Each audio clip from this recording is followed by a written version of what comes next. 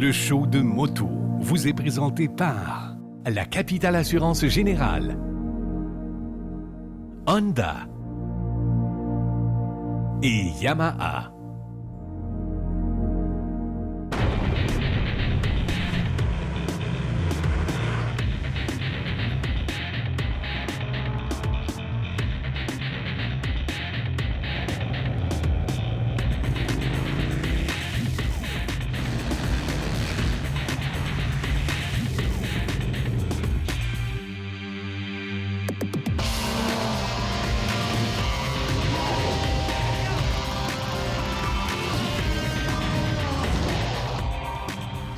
Bonjour tout le monde, bienvenue au show de moto. Cette semaine dans l'émission, on poursuit notre grande aventure, notre road trip Honda.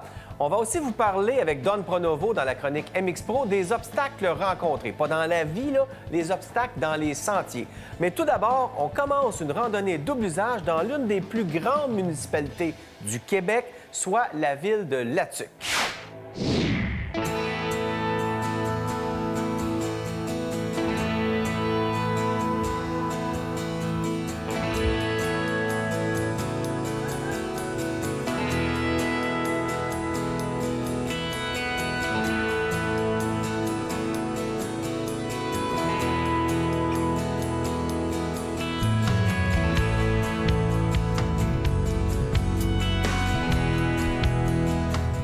On s'apprête à prendre notre départ ce matin. On est environ 8 motocyclistes et il y a les gens de KTM qui sont arrivés ici avec un camion plein de motos. Il y a des beaux problèmes dans la vie. Alors, on doit choisir nos motos. Moi, j'ai pris une 1190 Adventure R. Je pense que je vais m'amuser avec ça.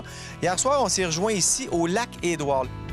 Le parc écotouristique du lac Édouard, c'est un endroit où on peut aller coucher dans des tentes prospecteurs. Ce qu'on a fait hier, c'est très agréable. On nous reçoit avec un bon feu de camp. On a la bouffe là dans le gazebo. C'est des petits groupes. On était environ une dizaine hier soir et on peut accueillir environ 20-25 personnes là, dans un groupe. Alors ce matin, on va prendre un petit peu la route asphaltée, mais aussitôt qu'on peut, on va tourner dans le bois et on va aller s'amuser avec nos motos double usage.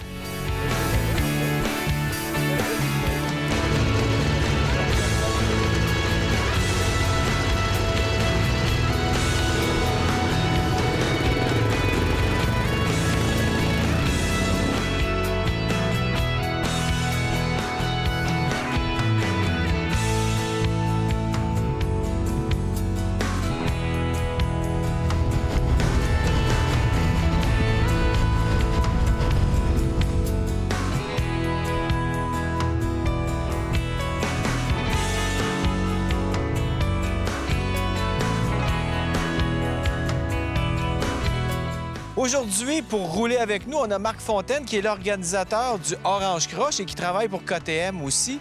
Marc, tu es avec nous aujourd'hui, entre autres, parce que tu étais déjà dans le coin en train de faire du repérage pour ton événement.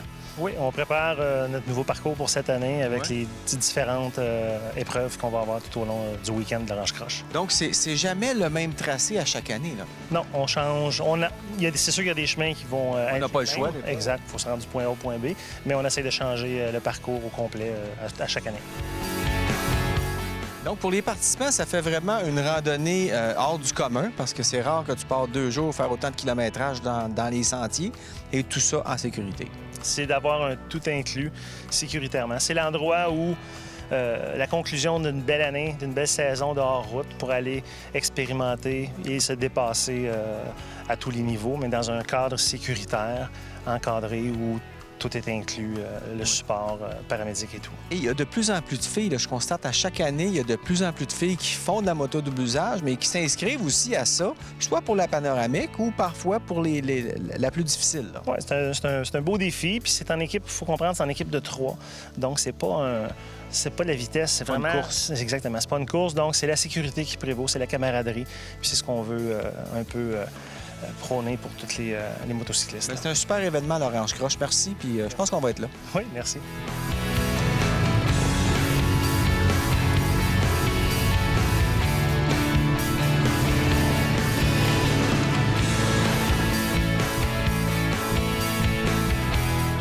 Tu préfères rouler sur des routes de gravier que sur l'asphalte. Pourquoi?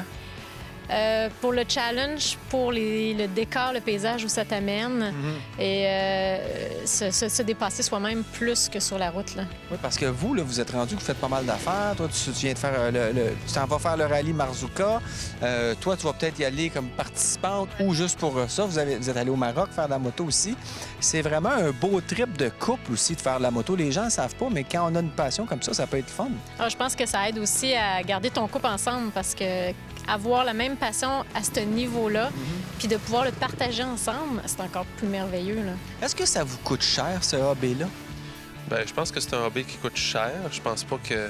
Mais c'est selon aussi ton intérêt, ce que tu veux y mettre dedans, et puis combien de temps t'en fais et tout ça. Mais oui, je pense pas que c'est quelque chose qui est... Ça te prend des motos? Ça prend des motos, ça prend de l'équipement. Puis aussi, on a commencé à voyager, à faire de la moto. Mais nous, c'est ce sacrifice-là, c'est ça qu'on fait. C'est votre trip. Exactement. Il n'y a pas vraiment d'autres choses ou d'autres grandes passions qu'on fait ou qu'on investit dedans.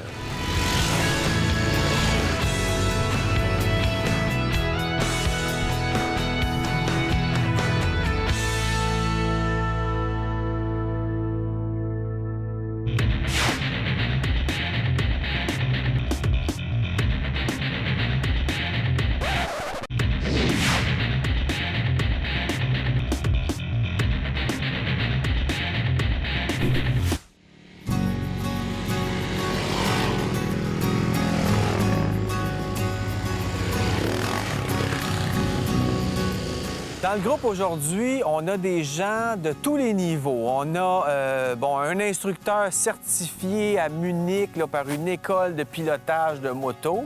On a des gens qui roulent beaucoup. On a des gens qui ont fondé des forums de discussion, des clubs de moto double usage, donc avec des très bons niveaux. On a des pilotes moins expérimentés. On a des pilotes avec des plus grosses machines. Là, il y a une fille avec une grosse GS 1200 Aventure. Alors, c'est sûr que quand on arrive dans les trappes de sable et tout ça, elle prend son temps.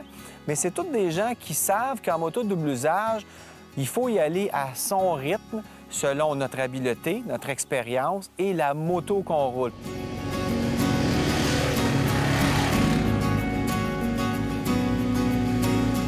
Est-ce que tu dirais que c'est un beau sport pour les femmes? Parce qu'on en voit de plus en plus, c'est le fun. Et toi, si tu avais à vendre ton sport, qu'est-ce que tu dirais? Ah, moi, j'encourage toutes les femmes à faire ça. C'est tellement... on aime la nature, on aime visiter des places inaccessibles normalement pour nous. C'est vraiment la camaraderie qui se passe. J'ai eu beaucoup d'encouragement, pas juste de mon chum, mais de toute la communauté double usage. C'est vraiment fantastique. Tu es rendu très impliqué, entre autres, dans l'Orange Croche. Tu es un des fondateurs de Ride Aventure, de Moto Trail Aventure maintenant. Qu'est-ce qui te drive à faire ça? Bien, de vouloir faire du changement, puis que le sport évolue. Puis tu sais, je pense que la seule façon, c'est de s'impliquer. Puis quand j'ai vu des choses que j'aimais moins ou que je voulais changer, bien, j'ai commencé à m'impliquer tranquillement. Puis de fil en aiguille, tu fais des plus grosses choses, puis tu es impliqué dans des plus gros dossiers, puis tu travailles avec plus de gens.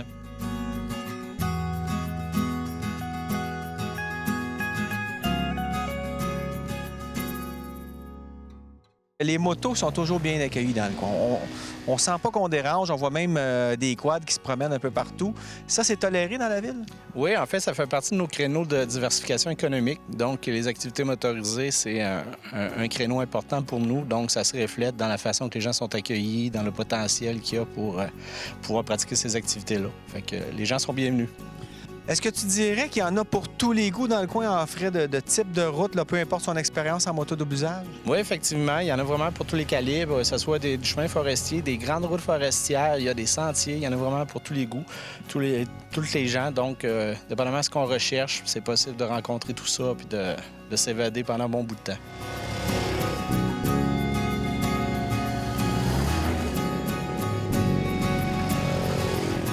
La route du Lac-Édouard, c'est vraiment une découverte. Moi, cette année, c'est presque une joke à quel point cette route-là a été faite pour les motocyclistes. C'est des petits boutons. Il faut faire attention parce qu'il y a des côtes où ça tombe vraiment vite et on sent qu'il y a un petit flou dans la roue avant là, si on arrive trop vite. Mais c'est vraiment une belle route à faire. Quand on arrive au bout, il y a la municipalité de Lac-Édouard. où on découvre l'histoire de cette petite ville-là qui a été longtemps desservie juste par le train. Et dans les années 60, on a bâti la route. Et aujourd'hui, là, il y a plus que 180 habitants permanents qui sont là. On est en train un peu de revigorer cette ville-là avec un centre écotouristique où on a couché. Il y avait des tentes prospecteurs. C'est la première fois que je couchais là-dedans. C'est comme une grosse tente en espèce de gros canevas. C'est super confortable et c'est très, très agréable.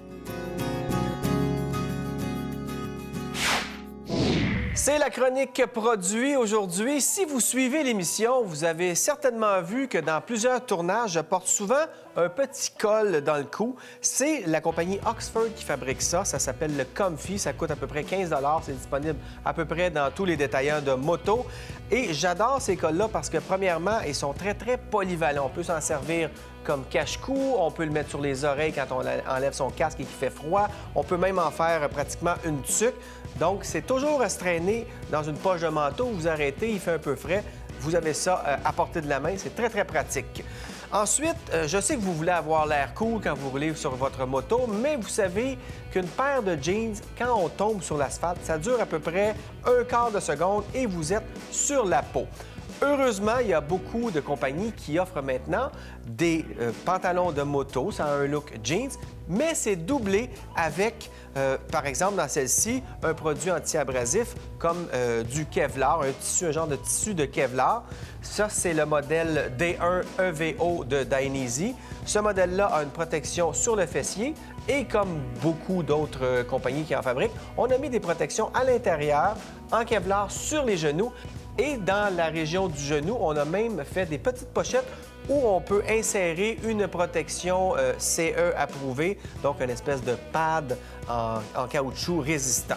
Ensuite de ça, il y a les pieds. C'est toujours la chose qui touche le plus souvent par terre, on l'espère. On a de plus en plus de compagnies qui fabriquent des souliers, des bottes de moto au look plus urbain. Ça, c'en est un bon exemple. Encore une fois, c'est Dainese qui nous a prêté ça. Et c'est une chaussure de course avec des protections ici. C'est dissimulé à l'intérieur. On a une protection aux chevilles. On a une semelle antidérapante plutôt raide qui va protéger aussi si on reçoit un choc, par exemple une roche en dessous du pied.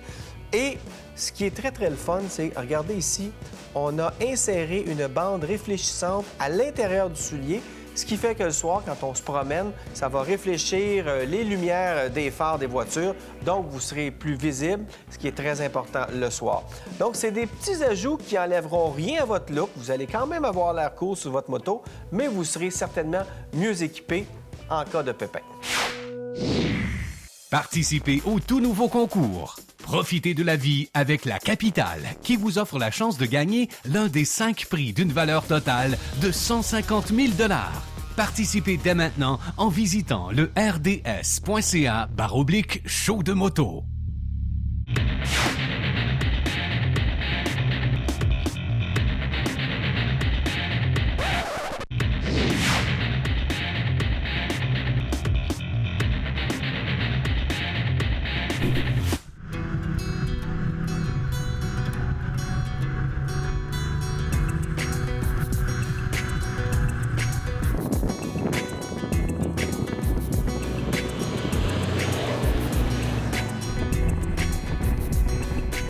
Ce matin, on est à Morainville où on a passé la nuit et on voit l'héritage francophone de cette petite ville de 9000 habitants.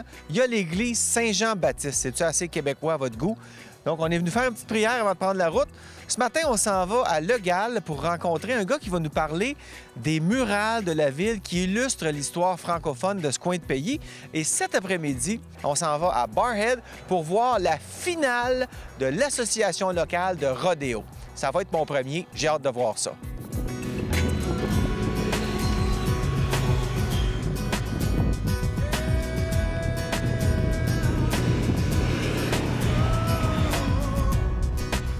Notre premier pit stop ce matin, on est arrêté rencontrer Ernest Chauvet, qui est responsable des murales francophones ici. C'est vous qui avez eu cette idée-là de mettre des murales partout dans la ville. Je dis pas que j'ai eu l'idée, mais j'ai coordonné le projet.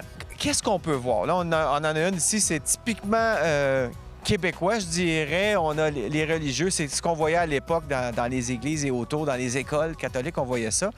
Donc, ça, c'est une des thématiques. Puis vous en avez quoi, 40? On a 40 pour une population de 1200 habitants, qui fait une proportion d'à peu près 1 par 25 habitants. On a choisi un peu cette murale ce matin parce qu'il y a des effets optiques à l'intérieur de la peinture murale que les gens trouvent fort intéressants. Qu'est-ce qu'il y a comme mural? Qu'est-ce qu'on peut voir quand on vient ici? On voit vraiment l'histoire de la francophonie, non seulement locale, mais aussi au point de vue de l'Alberta et canadien. À partir de ce petit village, il y a eu des événements, entre autres la gestion scolaire. On déracine à ce petit village. Donc, quelqu'un peut voir un certain montant d'historique du bilinguisme au Canada et la contribution des francophones, non pas seulement dans la région, mais dans la province et au pays. Quoi les thèmes des murales? En général, le point de départ, c'est les familles locales. Et nous, on a fait ça pour freiner l'assimilation. Mais à partir de ça, on a des termes qui sont plus globaux, qui se rapportent beaucoup plus l'histoire des francophones d'une façon locale.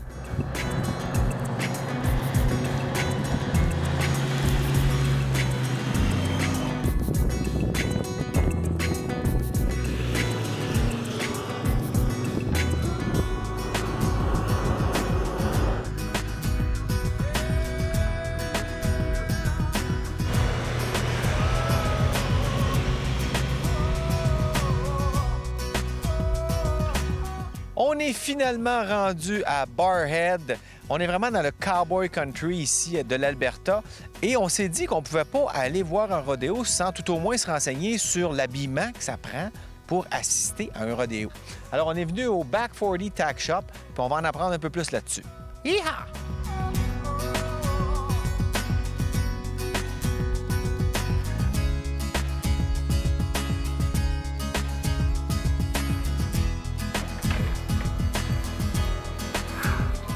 $80. Puis, c'est vraiment comme du plastique. But it's straw. Yeah. Wow. Those are your girls' hats That's a girl hat? with the pink on. I knew that.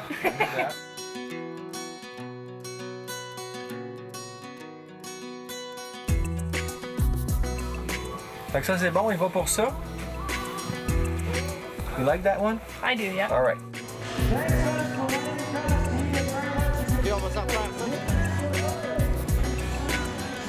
Aujourd'hui, c'est mon premier rodéo et je me sens un peu comme quelqu'un qui fait pas de moto, qui vient au salon de la moto. Je suis totalement dépaysé, c'est pas mon univers. Mais je vois qu'il y a des liens communs, il y a des traits communs à ces deux mondes-là. Entre autres, les gens posent beaucoup de questions sur les chevaux des autres, de quelle ferme il vient, etc., etc. Et ça me fait penser aussi à des pits de motocross parce que, comme dans les pits, il y a pas mal de gars ici qui boitent. On est avec Randy Schmidt, qui est l'organisateur ici. How are you, Randy? I'm good, thanks. How you like my hat? It looks really good. It is, huh? Yeah, you look like Okay, a cowboy. I do. So what are we going to see today?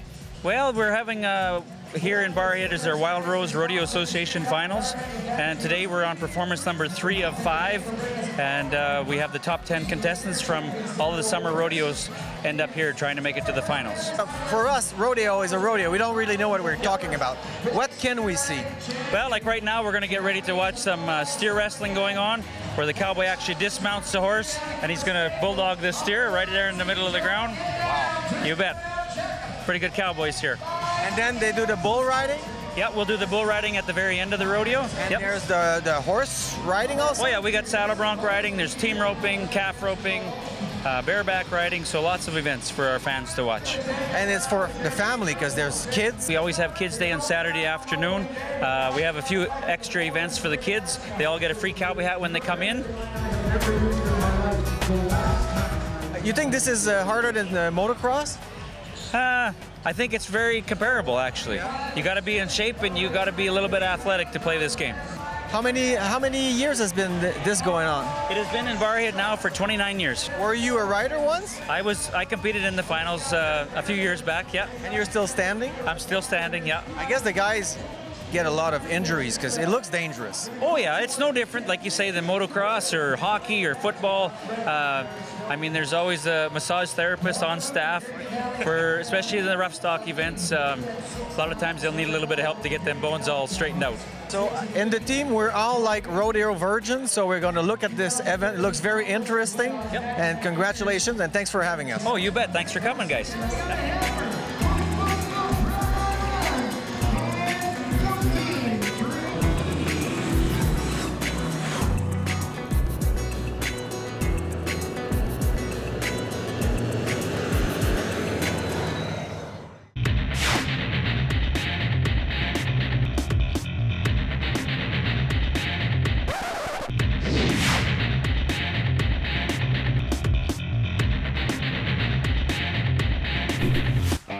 la vie, il y a des obstacles à affronter, mais quand on est en moto hors route, ça peut être assez dangereux, les obstacles. On va parler avec Don Pronovo de MX Pro.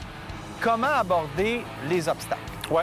Mais en fait, les obstacles, souvent, quand les gens ont suivi mon cours, ont suivi une autre formation ou ont vu des choses sur YouTube ou à la télé, comment s'y prendre avec des obstacles, ça peut être traverser un trou d'eau, un ruisseau, sauter une bûche. Il y a une panoplie d'obstacles, dépendamment si ça nous intimide ou pas. Mais c'est un peu le but aussi quand on fait de la moto hors route. Oui, de se donner de la misère, on aime C'est ça. ça. Mais pour vraiment penser comme un professionnel de moto hors route, de 12 usages ou peu importe, la question qu'il faudrait se poser, c'est pas comment je vais m'y prendre pour traverser tel ou tel obstacle, mais plutôt à quel endroit je vais passer pour que ça soit le plus facile. Oui. Et souvent, ce que je vois, moi, le classique, le trou de boîte, où tout le monde va se ramasser. On passe au milieu. On passe au milieu, ça a passé une Là, première t'es mouillé fois. tout le reste de la journée. Oui. Puis étonnamment, on avait qu'à se tasser une coupe de pouce à côté. Oui, mais ça paraît bien quand on arrive au pit, on est sale, on est un vrai rider. La preuve qu'on a roulé. Fait que c'est libre à vous de choisir si on se donne la misère ou si plutôt on prend un peu de recul, on observe, dire OK, quel serait le meilleur endroit où passer pour éviter Ben, l'obstacle. tu le vois quand tu regardes des compétitions d'enduro, Exact. les gars passent où c'est le plus facile, on économise son énergie parce que ça dure longtemps. Tout à fait. Mais sur le fait, dans l'action, sur le moment, c'est difficile de réfléchir à tout ça. On se lance, on suit l'autre ligne que notre pilote, Le champion. notre champion a pris. Mais Et des puis, fois, là, il y a une petite fuse ici, un petit c'est ça. switch, là. On se laisse influencer, dans le fond. On se laisse influencer. Fait qu'avec un peu de recul, on s'arrête, on observe, on prend la meilleure ligne et on y va. OK. Donc, c'est vraiment de penser à économiser son énergie. Économiser sa monture aussi. Aussi. Parce Aussi, que mécaniquement, faut parfois, la sauver. dans le trou de boue, tu sais pas qu'est-ce qu'il y a en dessous. Non. Tu peux avoir des surprises. Exactement. Quel homme sage. Il en Pas faut. l'air, Il en c'est un faut. homme sage. C'est tout pour le show de moto cette semaine. J'espère vraiment que ça vous a plu. Si vous voulez voir ou revoir certains épisodes, allez faire un tour sur notre site web rds.ca/show de moto. La semaine prochaine, on débute la méga ride en Italie avec Motoclub Québec et on visite une deuxième usine du fabricant de vêtements de moto italien Dainese. Soyez là, ça va être le fun. Le show de moto vous a été présenté par la Capitale Assurance Générale, Honda et Yamaha.